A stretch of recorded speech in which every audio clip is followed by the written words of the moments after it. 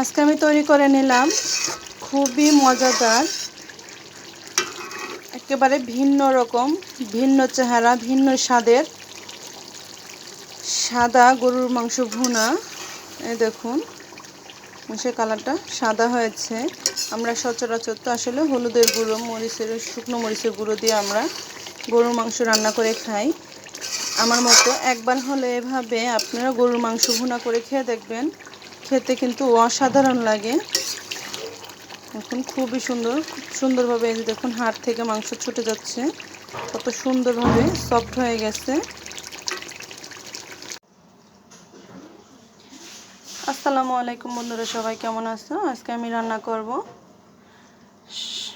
White beef কারি, সাদা গরুর মাংসটাকে আমি সাদা ভুনো করব।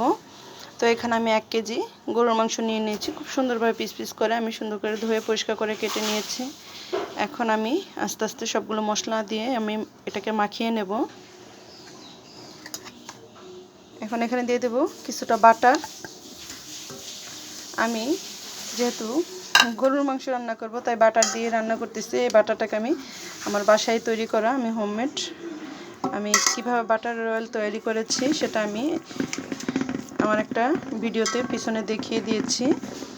তো ভাবলাম তেল না দিয়ে আমি একটু বাটার দিয়ে তৈরি করি। দিয়ে দেবো 2 চা চামচ আদা রসুনের পেস্ট,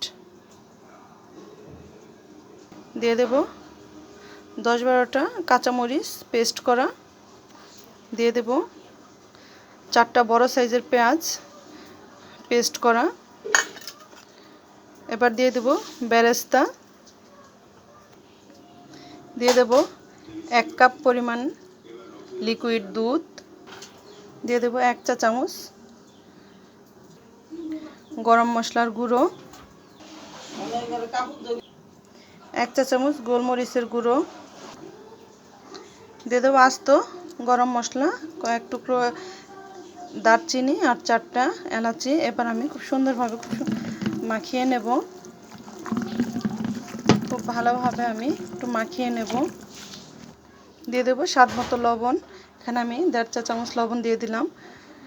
টেস্ট করে পরে দেখব, যদি প্রয়োজন হয় তবে আবার দিয়ে নেব। এবার আমি খুব সুন্দরভাবে মাখিয়ে নিচ্ছি, খুবই ভালোভাবে মাখিয়ে নিতে হবে। সুন্দরভাবে মাখিয়ে নিয়েছি, এবার আমি চুলাটাকে অন করে দেব। এবার একটা ঢাকনার সাহায্যে ঢেকে আমি এটাকে কষিয়ে নেব।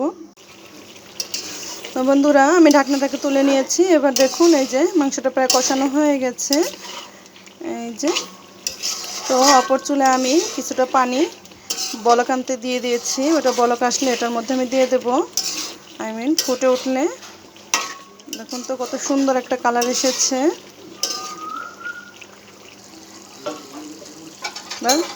ফুটানো পানিগুলো দিয়ে দিলাম, একটু নাড়াচাড়া করে নিচ্ছি। দেখুন পানিটা অনেকটাই শুকিয়ে এসেছে। এ পর্যায়ে দিয়ে দেবো ভাজা জিরের গুঁড়ো।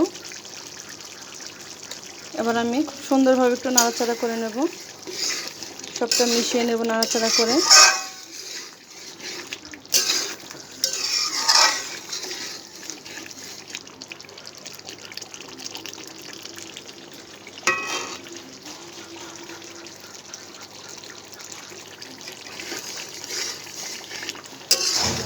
আমার রান্নাটা প্রায় শেষ হয়ে আসছে। মাশাআল্লাহ, কত সুন্দর একটা কালার হয়েছে। তৈরি হয়ে গেল খুবই সুস্বাদু, খুবই মজাদার সাদা গরুর মাংসের ভুনা। তো এটা দেখুন খুবই অল্প মশলায় মাংসটা রান্না করেছি, এটা কিন্তু খেতে অসাধারণ লাগে। আমি বাসায় একবার ট্রাই করেছি, দেখেছি খুবই টেস্টি হয়েছে, তাই আপনাদের সাথে শেয়ার করলাম।